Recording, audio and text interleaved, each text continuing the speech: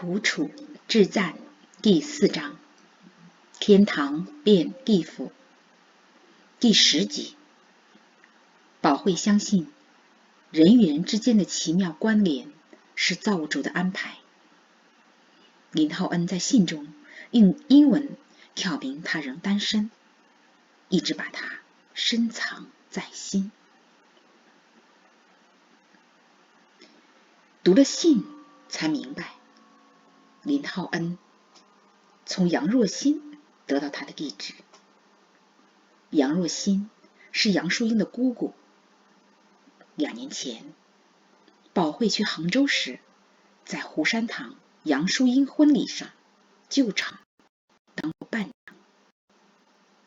他惊叹世上之人奇妙的关联。他因当伴娘而认识杨淑英。徐永道殉国，杭州沦陷，他无家可归，寄居上海法租界永道之母王香平家。林浩恩在昆明见过杨淑英，通过杨淑英的姑姑杨若欣得知她的地址。宝慧相信人与人之间的奇妙关联是造物主的安排。浩恩信中那句 You have been intimately in my mind， 一种中文就是你一直深深地印在我的脑海里，使他想起在杭州笕桥堂初次见到他那天，他和永道把他送到笕桥火车站，他在站台给他买水红绫，用他的手帕包着给他。他的神态、目光、动作表达着他的心。他想起那天之后不久，林慕恩替兄给他写求婚信。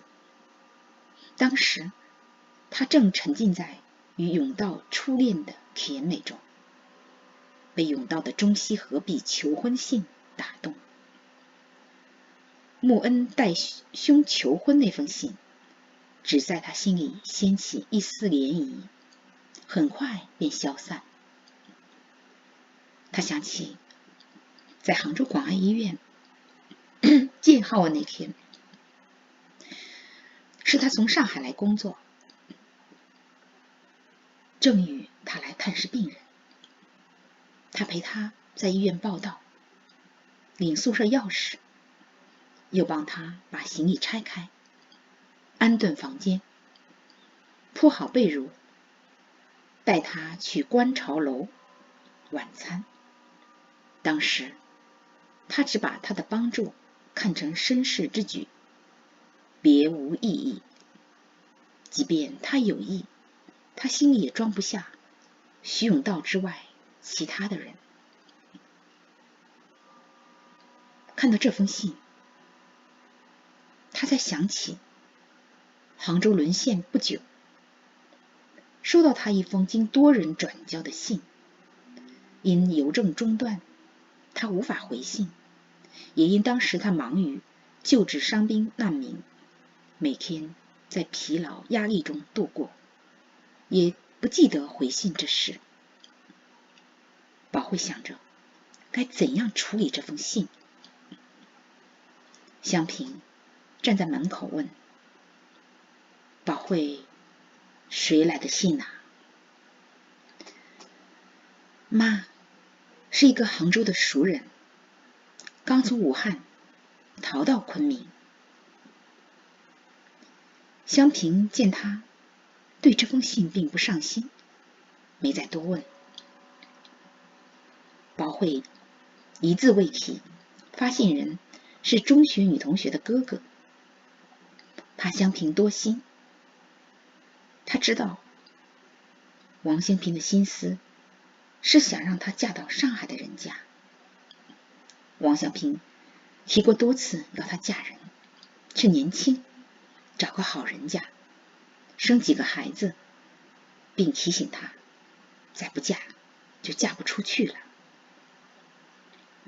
去年宝慧27岁生日时，香萍在俄国面包房给她订奶油生日蛋糕，蛋糕顶部奶油上镶27块黑咖啡做成的圆圈，中间空空如也，暗含年岁不饶人，不赶紧嫁掉会独守空房一辈子。宝慧的心思香萍很清楚，她还想着永道，但是香萍只知他一面，不明白他内心。她不愿嫁人，因她见到战争中失去丈夫的年轻寡妇和失去父母的稚嫩幼儿在人世生存的悲凉孤凄。她不想当孤儿的寡母。她目睹王香萍有丈夫有儿子之后，还是成了寡妇，她就冰冻了再找人的心思。回想起她在教会学校读书时，除国文教员和生活老师是中国人，其他科目的教员很多是从英美来上海的女宣教师，多半是单身。她在上海，在杭州教会医院知道，很多女护士是来自欧美的单身女宣教师。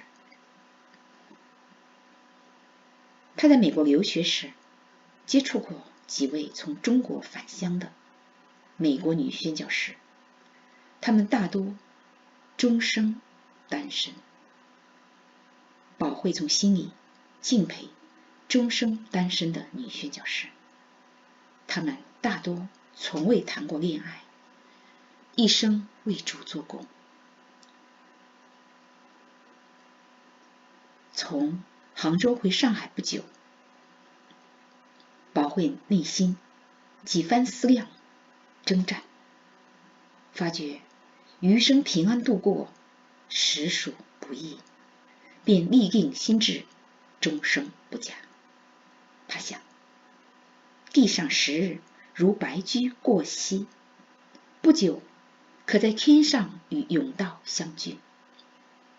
甬道使他经历爱情的甜蜜美好，他的爱已储存在他的生命里，时间会把这爱化成滋养他一生的佳酿灵粮。吃完年夜饭，宝慧清洁厨房，收拾完毕，穿好大衣，戴了帽子，系上围巾，边戴手套边对香萍说：妈，我今晚吃多了，想出去散散步。去吧，早些回来，别着凉了。香萍说。大年30晚上，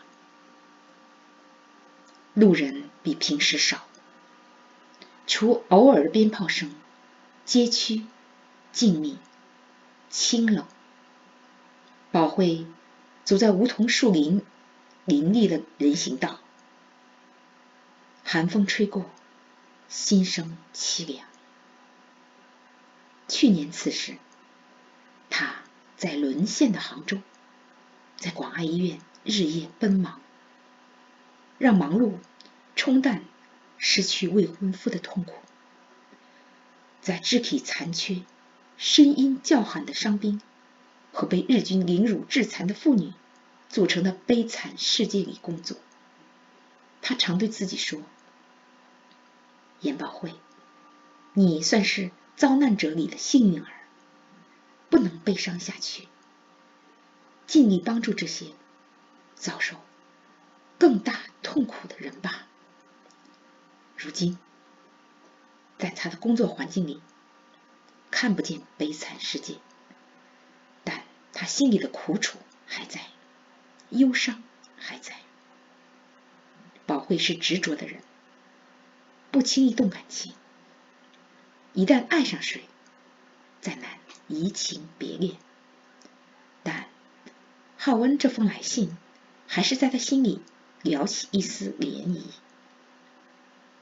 除了他的父亲严牧师、哥哥严宝光，还有未婚夫徐永道之外，林浩恩是唯一单独带他在餐馆吃过饭的男人。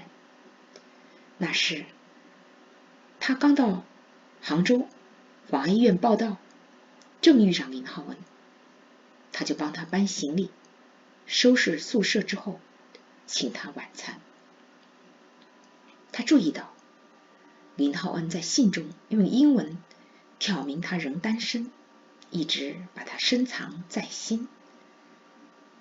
信中说他将离开昆明去雷允，而没留回信地址，说到雷允后他再给他写信。